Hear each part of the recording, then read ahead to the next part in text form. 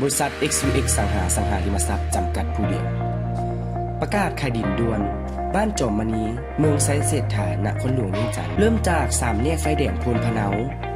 แล้วแลนซื้อมาทางเฮียนสุสกะ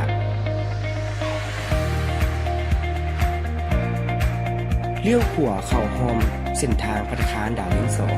2ติดกับโรงเรียนโลโกสแลนซื้อเข้าไปประมาณ1กิโลเมตร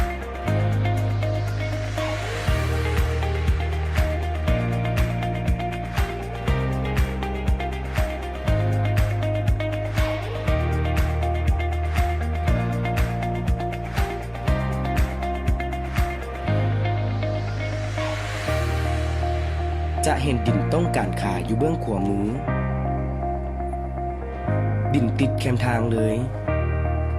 รูปลักษณะของดินเป็นดินใจกลางเมืองและอยู่ในระหว่างกลางในการก่อสร้างอพาร์ตเมนต์มีทั้งหมด6ห้องมีไฟฟ้าน้ำประปาสะดวกสบาย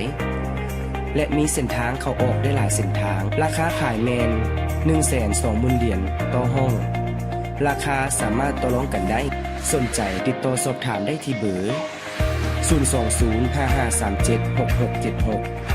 020-9811-4777 และ 020-5862-1222 สามารถติดตามพวกเราได้ที่เว็บไซต์ www.xvxlao.com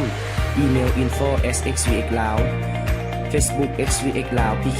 และ YouTube xvxlao